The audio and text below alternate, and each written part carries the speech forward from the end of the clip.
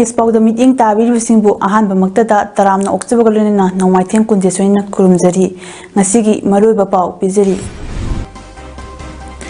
Fizam Hemanjit amadi hizam ningthoingambi harkibagi photo viral oirakpadagi mahiroi singna khongjang changsingkre mahiroi kuntrag mathakta asopan nangkre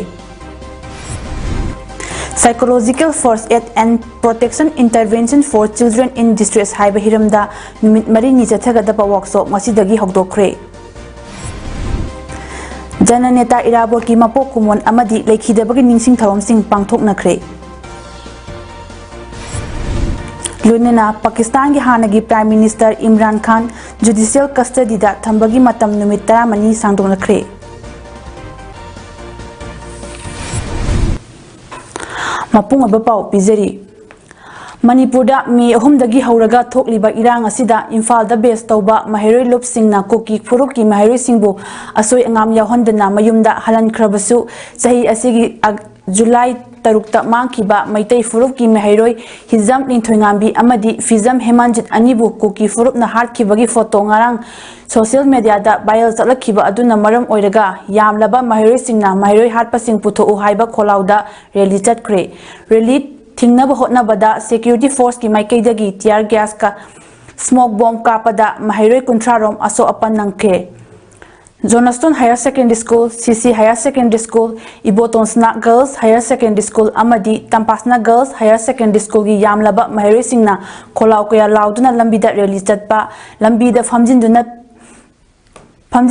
pendaba fongdokre CC Higher Secondary School romdagi sanjen thong phauduna babupara guest house tamna laknaba hotnabada tear gas kaptuna tankhaiki Ibotonsna Girls Higher Secondary School dagi TG Higher Secondary School tamna chatuna punna kholau lauminagi haina lakhiba mahiroi sing kanglapat mamangda security force na smoke bomb kaptuna tankhaiki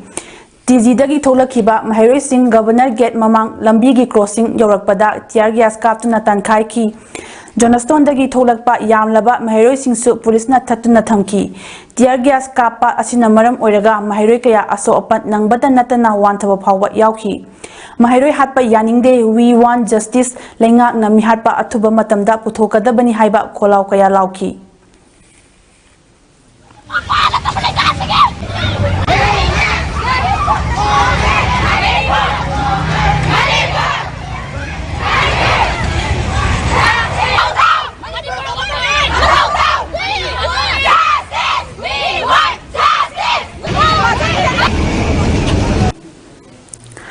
Khongjang asigi matangda CC Higher Secondary gi mahiroi kaisam dayanandana hai thokliba kanglup ki irang asida mahiroi pusilakpa haibasi yamna raibak thibani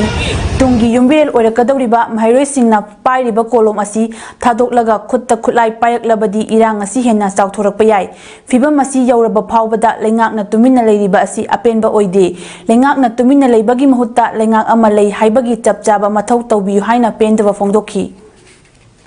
Aku protest cacapai maramdi hangawdana July ki tang 3 numisida mangkraba khoi mahiroi hizam Hemanjit amadi hizam ning thoinganbi mkhoi ani ki asiba chang hina singngi mafam amda ta du leram basida akoi logic social media da yamna viral ore photo ji ubida koi mahiroi sing thawai yamna thoi noi am nungai jade adigi matik penjade maram sina akoi protest cacabane we really want justice for them Oiba community oiba war sida sadra sing pusalakwa si masimasu yamna laibak thibani mahiroina paiba kolom aje karigum matamda nongmai olokpa taragadi maduna hena lana si chawthorpasu yai Hizam ningthoingambina hingli mamanabasingi harau nuaina leiminakhibagi saktam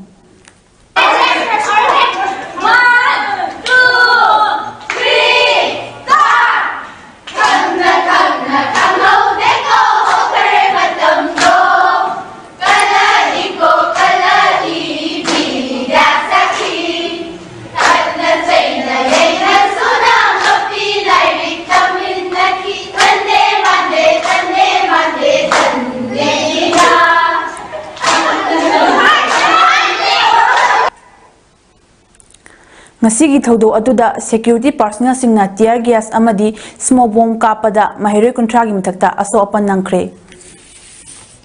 Nakal amaromda hizamni thuingambi amadi fizam hemanjit anibu kuki furupna tamthina harkibabu yaningda fongdoktuna Kakching district ki Langmaidong higher secondary school gi mahiroi singna rally chatkre. Langmaidong area da chatkiba rally aduda maralaitaba mahiroi hatpa yaningde Athubada mihai pasing puthou government na tumina laiba yaroi haina kholau kya lauki.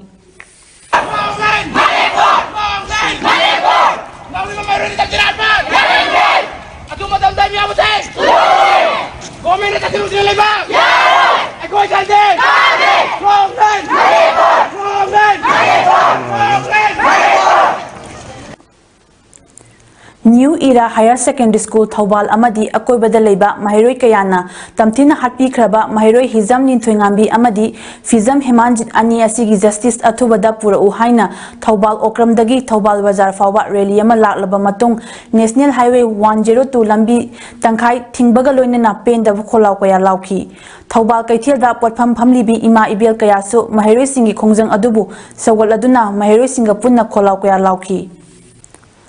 Tha ani hinna thiba khangdana lairakiba mahiroi ani kuki singna hatopi khibagi photo handak social media da viral oirakiba adubu yaningda fongdoktuna amadi thodo asida chenaba maralaiba sing phaduna ahak pacherak piu haina ngasi mahiroi singna Imphal mayonda changshin khiba khongjangda mahiroi kayabu Manipur police na tan khaibada mahiroi kaya aso apan nanghan khiba thawong adubu yaningda fongdoktuna Kakching lamkai khulngak liba ima ibel sing amadi naha kayana khudakta lambi da mai thaduna lambi thingbagi khongjang changsin khre Imphal more lambi ki Kakching lamkai da changsin khiba khongjang aduda saruk yarambi nupi amana fongdorakpada kuki singna mahiroi ani bu phaduna hatokpi khiba thawong adu lamdam asigi mama oibisingna akanba mongda yaningde loinana thodo asibu yaningda fongdoktuna mari leinaba sing phaduna ahak pacherak piu haina ngasi Imphal mayonda mahiroi singna changsin khiba khongjangda state security force singna masing yamlaba mahiroi singbu aso apan yahon khiba thawong adubu akanba mongda yaningde isa singi achumba while fangri phauba mama oibisingna akanba mongda khongjang kaya leptena changsingani haiki Happy gibase Manipur laibra mama oibisingna sukpen pende condemn tawi masibu sungya yaningde masigi damak yaningda kitang phorokpa gi damak pragi government na tear gas ka kapsin biduna aso apan ma kaya manan bibase aikoi Manipur government bu sukpen pende mihat pasing asa dandi pitribo Manipur laibra mama oibisingna akanba khongjang changni ni Ngasigi miyamgi khongjang aduda miyamna kuki singna mahiroi anibu phaduna hatpi khiba thawong yaningde mara leiba sing ahak pacherak piu Manipur police na mahiroi singda khut thaba yaningde haiba kholau kya su lauki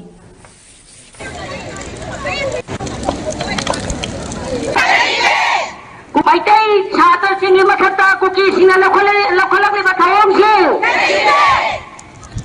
Manipur police ki thawong se Maitai hariba furup asi aranba yadaba furup oibana kuki nupi anigi viral video aduda chenaba sing nandi pinaba taksinki adubu narco terrorist kuki singna mahiroi ani haliba asida kuki CSO amadi leader singna tumina lesiliba asigi firep karinu haina thangmaiban kendragi MLA Joykesanna fongdorakli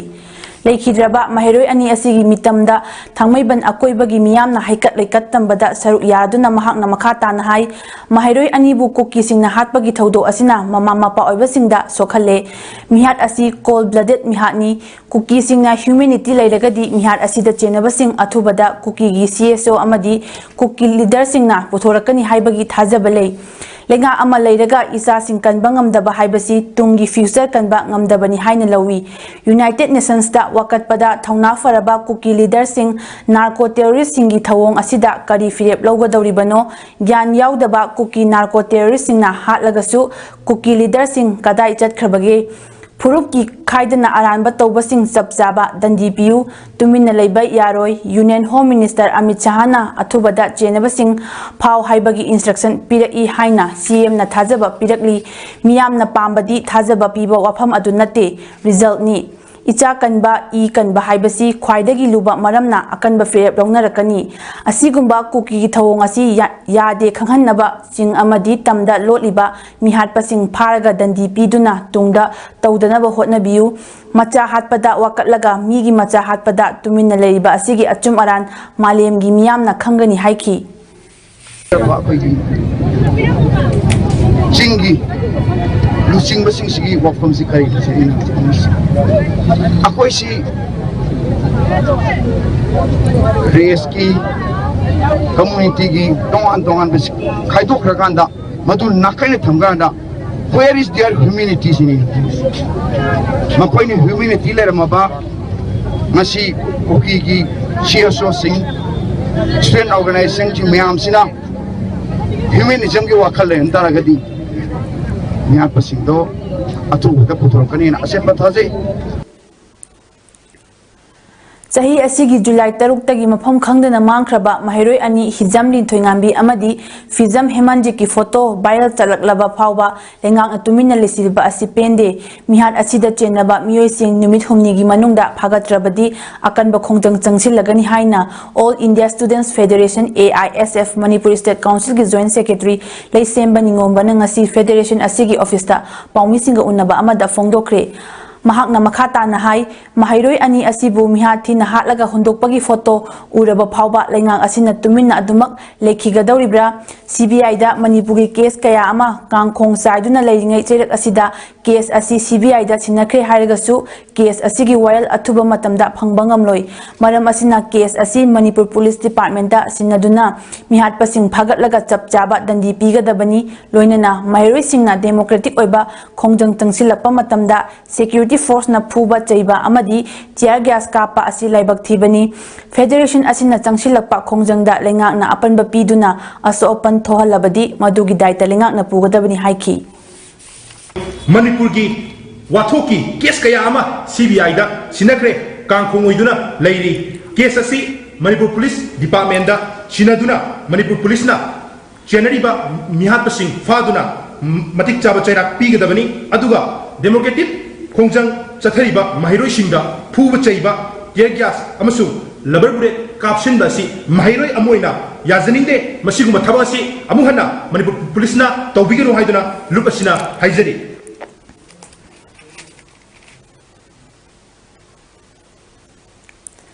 ngasi numidang wairam pung 3:05 chatpada torbung saba lekai maning amadi haikol dagi kuki khulai paibasingna maitei singna khundariba phogak chaw ikhai mamang amadi awang lekai romda nongmairan kulhumdoirom kapthorakre phogak chaw ikhai awangda leiba nupa ama yumda nongmai maru kaya paisilakre adubu thoidokpa aso pandi yawkhidre hairi Ukrul based journalist Tenoshan Fairebu Ukrul dagi Imphal da lakpagi lambi gi ramba yorakpada kunmari suba AR gi subedar Kamla Patil Josina Tenoshan bu NSN IM gi high ranking officer mali haiduna detain tawduna thamkiba thawongbu All Manipur Working Journalists Union amashung Editors Guild Manipur na akanba mongda condemn tawi Tenoshan Faire ISTB gi Ukrul gi reporter ni haina sat taklaba phawba mahapu detain tawduna thamkibani tungda akanba mongda ngakna saknaraba tungda Tenoshan bu thadorakibani asigumba AR gi thawong asi yamna haksinna lawbaga loinana journalist singda insult tawbani haina lawi haina amju amadi EGM na thadorpa cherol na hairi Tarit suba IRB da thabak tawba personnel ama Jiribam district ki Babupara ward number 5 ta hangba Malem hotel gi room number 13 gi famung da siraga leremle siramlaba tarit suba IRB ki personnel adugi maming khumukcham babu sahi nipunipan apokpa laikhidraba KH Kongang Kaksing Khulen Laithago lekai dagini mahak hojik Jiribam district ki Boro Bekra police station gi makhada posting ta aduna leibani asi bahakchang 50 bedded hospital Jiribam da thamkhre hairi Palel area da chahi asigi September 9 da kuki amasung mitei ani gi marakta thokiba kangluki irang amadi irang aduda kuntaruk suba Assam Rifles na nongmei kap thorakpada miyoi ani sikiba amadi miyoi kayabuna aso apan nangkiba Palel Molnoi amadi Kakchingda Manipur Human Rights Commission MHRC gi chairperson na luchingba team amana hakthengna chatuna yengsinbaga loinana nakal animaki miyoi singa hakthengna unaduna makhoigi paudam takre Ngasigi Manipur Human Rights Commission ki chairperson Justice Uttapalendu Bikas Saha UB Saha Commission ki member Kangjam Khagendra amadi law officer Warepam Basanta Kumar na luchingba team aduna Palel Police Station Molnoi amadi Kakchingda mathang chatuna unaki Manipur Police ki IGP Mamta Wahengbam DIG Range 2 H Jogesh Chandra DC Technopal Krishna Kumar, Kakchingi SP TH Bikramjit, SP Technopal Lanmio, Kuikham Tangkhun, Yauna Police ki Makok Thongba Officer sing Yauna Tongan Mafam Singda, Unakiba Aduda, Ahanbada UB Sahana, Irang Adugi Matangda, Lengak na Kari Thabak sing Paikat Krabage, Mafam Asida School Hang Libra, Anna Layeng Hidak Langthak, Chana Thaknaba, Ningthina Phang Libra, Palel area da nupi maza singna chathok chasin tawbada aki akhang leibra security section thorang kari laukhali bagi haibana singba wari watai sanaki tungda Molnoi area da leiba miyam ga amuk unaduna makhoida su kari khudongsa da basing thengnari bage lengak ki maikaidagi awaba ngak li basingda pifam thokpa relief sing phanghan libra haibana singba yengsilamki Kakching Municipal Council ki Conference Hall da Palel area da thokiba thaudo aduda leikhidraba yengkhom jitengi imung manung amadi thaudo aduda AR na phubadagi soklaba miyoi singi amadi imung manung singi miyoi singasu unaduna wari sanaki UB Sahana District Administration sing amadi police singna lanjena liba miyam gi yaifanaba tawhaningba thabak sing amadi state asibu mahausa gi punchida hanjilakpa yanaba thabak paikhatnabagi matangda wafam kaya phongdoklamki Sambat Nimhans ki technical support kalonena National Health Mission amadi Directorate of Health Services Government of Manipur ani nasinduna Psychological First Aid and Protection Intervention for Children in Distress haiba hiramda numit mari ni chupna chathagadaba workshop ngasi lamphelda leiba Indian Medical Association Hall da hawdokre Manipur da thokliba irang asina maram oiraga relief camp singda leiriba chahi nauriba angang sing wakhal amadi pukning sonthariba asi counseling piba matamda hena effective oina piba ngamnabagidamak Sambat project ki advisor oibata natana special child psychologist amashu oiriba Dr. Shekhar Sheshadri amadi Sambat ki technical and operational lead Saila Ramaswamy su saru yaduna workshop asida yauriba official amadi volunteer singda psychological first aid and protection intervention for children in distress haiba matangda lecture piki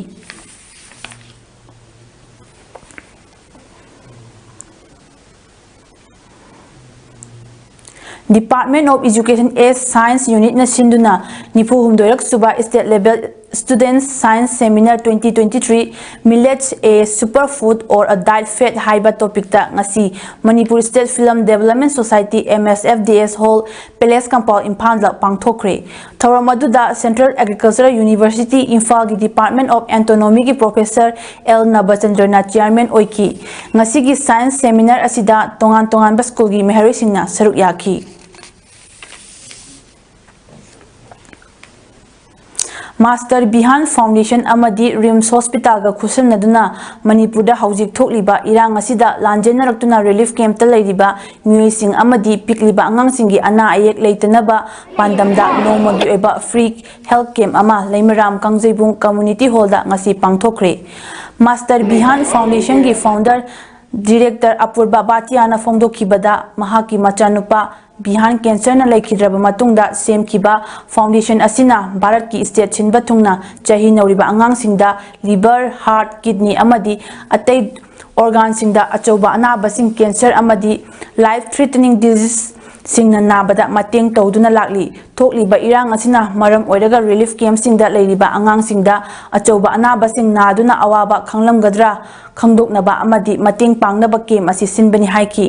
Thawamaduda RIMS ki medicine pediatric surgery yauna Dr. Nipana saru yaduna laying chathaki loinena mathau taba hidak langthakso lemna piki over here on 26th near Imphal is being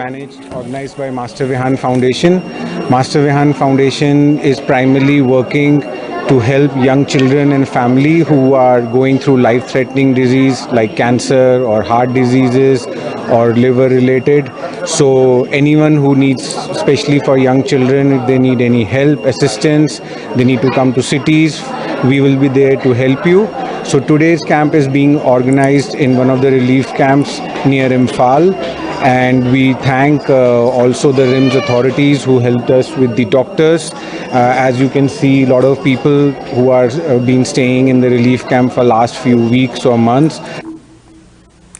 Manipur State Council, All India Youth Federation amadi All India Students Federation asinduna ngasi Jenimsta chamaga kuntaret suba General Neta Irabot birth anniversary 2023 ga mari lenana blood donation camp ama ngasi pangthokre. Blood transfusion unit Jenims ka khusam naduna pangthokiba camp aduda Manipur State Council gi youth sing na ngasi gi Manipur da thokliba irang asida mateng kharada oresu oinaba camp asi pangthokpani haina youth ki president Moirangthim Somojina phongdora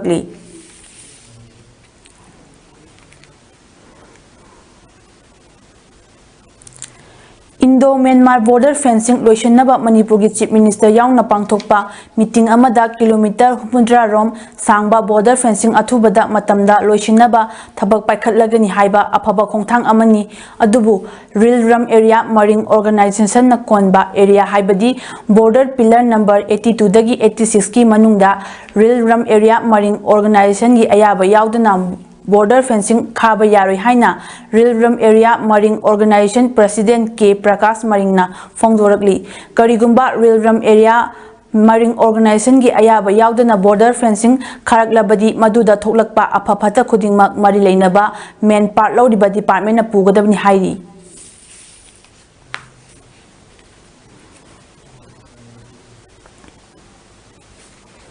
Kolkata gi tongan mafam singda leiriba Manipuri masa singna punchinduna semba Manipuri in Kolkata mikna angam basel mateng pangminaduna Manipurda haujik thokliba irang na maram oiraga hangdukliba relief camp singda mateng pangbagi thabak tatakre. Numit nini chupna Biramangol College Sawombung, Manipur College Singzamai, Siamasaki High School Moirangkhom, Khumalampak amadi Moirang College ta hangliba relief camp singda sanitary item, stationery items, dry cake, biscuit, milk powder yauna chingba potlam sing pibagi thabak tathakibani mikna haujik thokliba irang asi athubada warosin puraktuna Manipur bu amuk hanna mahausa gi punsida hanjin hannaba hotnabiu haina mari leinaba singda taksilakli panbayai hokiba July thadasu tongan ba relief camp tara taruk lomdasu mateng pangba leikre. Corporate social responsibility gi makhada Punjab National Bank Thobal Branch amasung Maul Keki Foundation Imphal na Thobal District ki Wangjing Kodumpokpi Sports Complex ki relief camp ta changjafam loduna leiriba angang singi mahi tambada changdaba yadaba potlam sing chana thaknaba amadi sana posing yen thokre. School gi bag che column notebook nutritional support sing yauna tongan ba potlam sing adu ngasi nungtil Deputy Commissioner Thobal Ahanthem Subas PNB Thobal Branch ki Senior Manager Bimol Moirangthim amasung Maul Keki Foundation ki Head of Projects Miss Nirupa Sanjenbam yauna relief camp ta leiriba angang singda yenthoki.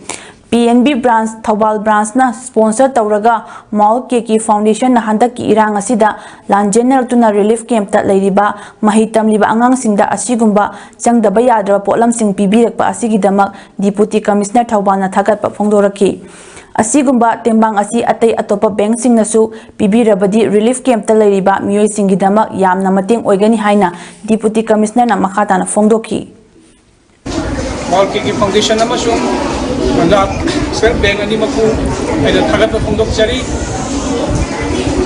akhoi yamna laibak thiba Manipurda thuiba thudoksidagi relief camp da leiriba angang singsigi akhoi na phana honaraga su awatpa ngaktani adubung ngasi pibiragliba mayam sina khara awatpa do akhoi menkhatpa ngamjaragani masigidamakai amuka hannai thagatpa phongdokchari. Mount Keki Foundation ki Head of Project Miss Nirupa Sanjinbam na fongdokibada irang asina maram oidaga relief camp ta awa mayoknariba angang singidamakta kharata oribasu kananaba pandamda PNB Thawal branch ka khusamnaraga CSR gi makhada polam sing asi yentoksabani haiki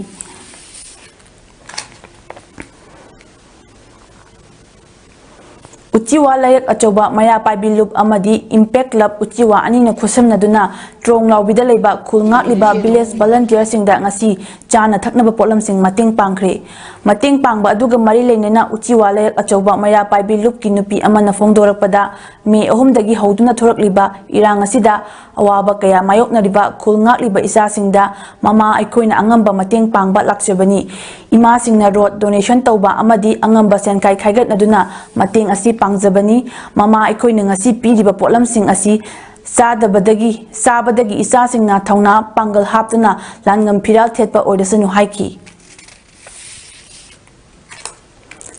Manipur ki Health Department ki Director Dr. K.S. Sasikumar Mangangna hai hauzik state asida dengue gi kang makhal den 2 chada nifu humdoi amadi den mari den 4 chada yankhai tare pak sana sandorakle dengue gi case asi chahi sigi January thadagi sandokpa haurakibadu haukiba tha August amadi chatliba tha September da dengue nabagi chang khangen hingalaki haina ngasi Health Directorate ta pangthokpa paugi mifam amada Director Dr. K.S. Sasikumar Mangangna fongdokibani mahakna makha takibada dengue laina sandorapa mafam singi manungda Imphal West District na ahanba Imphal East amadi Thawal District na mathang sitna ani suba amadi ahum subada lei Imphal West District ta punna case chamriga marifutar taret confirm tauki aduga mioi ama dengue ni chingnaba case ta lekide Imphal East District na case samga kuntaruk aduga Thawal District na case yankhai mari thengnare Tiknopal amadi Chanapati District ta mioi amamam dengue ni chingnaba case ta siki hauzik phawbada state asida mioi ahum dengue ni chingnaba case ta lekidre state asigi oina ngasi phawbada chingnaba case changwaga marifu mari laki aduga confirm case tatre kanifu taruk sukre dengue dagi ngakthoknaba department na paikhalakpa awareness amadi tongan ba thabak thorom singda miyam gi mateng pangbiu haibaga loinena mari leinaba government authority singnasu mating pangbinaba Director Dr. K.S. Sasikumar appeal tarakli aduna sikku kandadi ai kai hom toroyeba ai nai hom khangoyeba ai protected oyeba hanagi mahituna problem kadai da lake bu dengi tu nari ni sita dengi pornas nada dengi porna mida dengi tu simu matang se ite lakshil kadi complicated dengi tu leba adai ka silu ki cha wangeba maramatuna chimati oi report to bigano Manipur ki apunbagi saktam ngakpa amadi Jananeta Irabot ki chamga kuntarek lu suba mapo kumon palan thoram Irabot celebration committee kakching na sinduna ngasi kakching ward number 3 ki public community hall da pangthokre thoram asiga manung channa Jananeta Irabot ningsing usap amasu katki ngasi ki thoramda Communist Party of India Manipur State Council ki State Secretary L Thorin Singh Irabot celebration committee Manipur ki president Dr. M Nara Atai Comrade Singh T.H. Tomba Y. Dhananjoy M. Iboyama Y. Saitia Amadi Y. Chawbana Presidium Member Singh Oinas Dice the Funky Nasigi Tharonga Mari Lenena Irabot Celebration Committee Manipur ki President Dr. M. Narana Wapam Khara Fongdoki Human life sibu respect over Samaji Sakta Mama Manasa Pami Madonasi Divi Liba Kayatu Baramaduna no we want to re-emphasize the need for Irabot's continuance of this mana Samadhi Namata. Our annihilator Samadhi Namadi, Saturn struggle set, Makata, Saturn Pogil, Pisa Bagalo and Aquena, celebration is Bakchana, Manipuramasu Manipurama, some stand Masu Irabot, Kamari Lenana, Sakariba, activity Punamasi, support Pogabagalu, Sadawi, Maduri, Manipuri, Amasumapan, some stand Kayana, Irabot celebration, Tari Putrama, House of the Bank Sound of my father's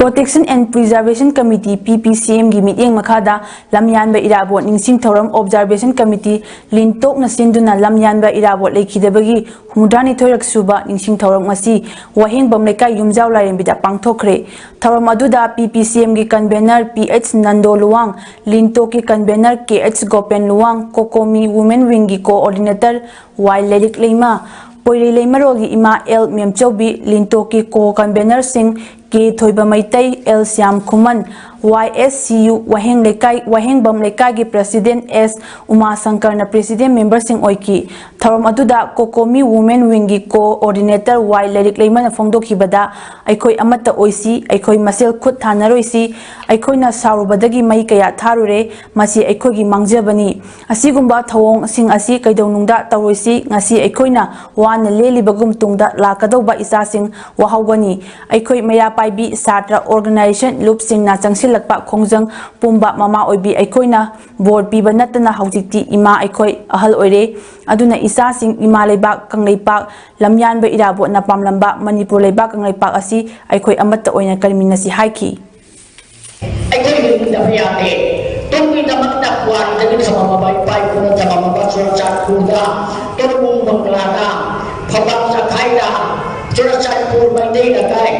Ore aikoi ni pai ko ni kwari bilam nei akoi sarkana ya to mena phuki da pithok na ba hore na so aikoi thawai nei phauti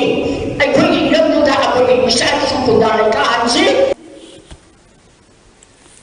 Jananeta Irabot Memorial Trust Jimet na sinduna sahi khudingi pangthoktuna lakiba thoromgi manung channa ngasi humdani thoi shuba Jananeta Hizam Irabot ki lekhidabagi thorom numit Jiribangi Babu Parada leiba Irabot complex ta chamna pangthokre thoromga mari lenina social service amadi Irabot ki mitamda leisu katuna ikai khumnabu utpaga loinana thoromasi pangthokhi ngasi gi thoromgi matangda Jimet ki lifetime president Dr. Chi H Kamal Singh na haikibada Jimet na ngasi gi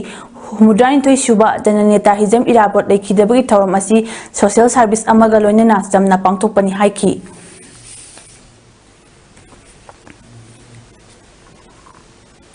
Jananeta Irabot Memorial Trust Jimet na sahi khudingi pangthoktuna lakiba thoromgi manung channa ngasi Humudani Toy Shuba Jananeta Hizam Irabot ki lekhidabagi thorom numit ka mari lenana numidangi matamda miyamna maya katuna thorom pangthokre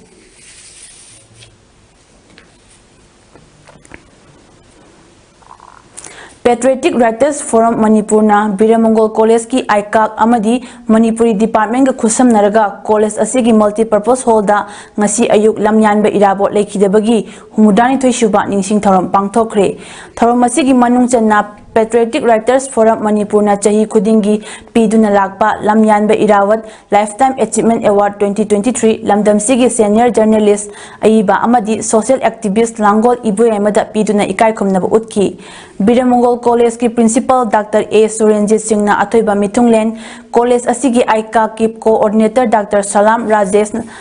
Singh na akhanaba mitunglen amadi PAWF ki president Nawrebam Khamba Luwang na thoromapu oina saruk yaki lamyan ba irawor ki photo da miyam na haikat leikat tamduna ikai khumnaba utkiba thorom adugi manung channa PAWF Manipur gi vice president P Biprachan amadi Biramongol College ki Anthropology Department ki HOD Dr. Naurem Megachandra anina nationalism gi wakhalo sagatpada lamyan ba hizam irawat ki thaudang haiba hiramsida wangangki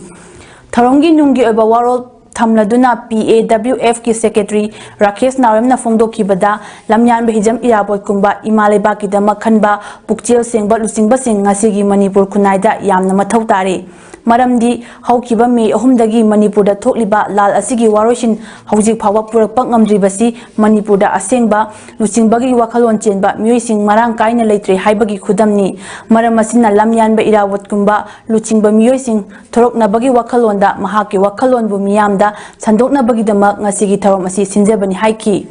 Ngasigi tharom adugi manung channa lamyan ba irabot chaithaba amadi leibak ningba saireng saidinabagi tharom amashu aiba aibi kunlomna saruk yadna pangthokhi Lambi thonggi phibam phattabana miyamna chathok chasing tawbada khudong chaduna leiriba kumbi kendra gi phawakchau ikhaidagi saiton taba lambi kendra sigi MLA SPM Chandra gi pawtak matung ina semba hawkhre kendra asigi chawkhat thawrangi thabak sing paikhatpagi manung channa improvement of kumbi Saiton Road under Central Road and Infrastructure Fund Makada Kumbi Kendragi Pogauchau Ikaidagi Saiton Kumbi Sandong Tarakadaba Black Topping Torakadaba Lambi Sing JCB Sizinaduna Pogauchau Ikaidagi Semba Hawkre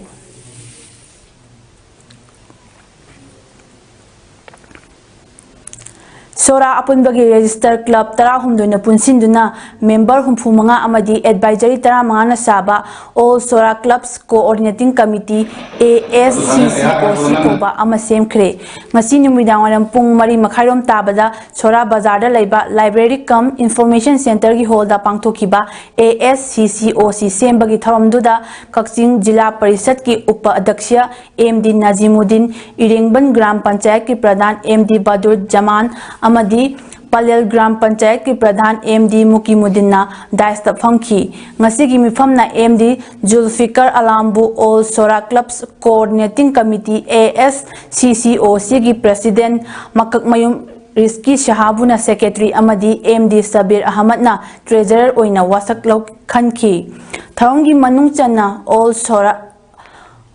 Sora Ulema I Anjuman Nasrul Islam na Wasak Lohan Bagi Tharonsu Pangthoki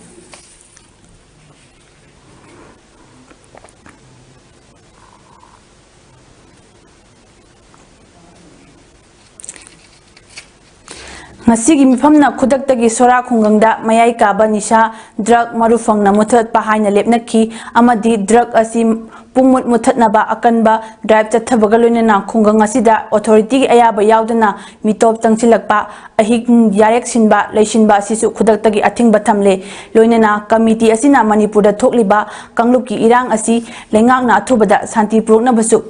pukning chingsilakli Madhya Pradesh Assembly Mikhal Gidamak BJP na Congress po maithiba pinabagi lalong changsili Assembly Mikhal asigi anirak suba mirep singi sit kunthra mapan gi list lauk thokpada Union Minister ahum amadi MP mari gi ming yauri English singani tarani pan gi Mikhalda Congress na mai pakhiba constituency anida Minister Singh Narendra Singh Tomar amasung Fagan Singh Kulastena mirep sing oigadauri Haukiba Assembly Mikhalda BJP na mai pakpa ngamhaudraba sit maridasu Lok Sabha MP singna mirep oigadauri BJP gi State President Oiram Kraba Tomar bu July da party ki election management committee ki convener haukibani BJP gi thadorliba candidate list asina party manung da phawba angapa thokle hairi Pakistan da sifar case ka mari lenana hanagi Prime Minister Imran Khan bu judicial custody da thamliba adu Pakistan gi special court amana numit 10 marini gi amuk sangdokre Pakistan Tehreek-e-Insaf PTI partnership oiriba Imran Khan bu officials secrets act bu khongaw ne haibagi maralda phakibani haukiba chahi gi marsa da Washington da Pakistan embassy na tharakhiba official secrets act adu Cable Sifarna Uthorakhibani District Jail attack ta hearing chatharaduna Special Court Judge Abul Hasnat Julkarnain na ngasi extend tawbagi order du thokibani Aroibada maroiba pau amuk hanna Fizam Hemanjit Amadi Hizam Nintuingan Bihar Kibagi photo viral oirakpadagi mahairoi singna khongjang changchinkre mahairoi kuntragi mathakta asopan nangkre Psychological first aid and protection intervention for children in distress haiba hiramda numit marini gi chathagadaba workshop masidagi hogdokre Jananeta Irabor ki mapok kumon amadi lekhidabagi ningsing tharom sing pangthoknakre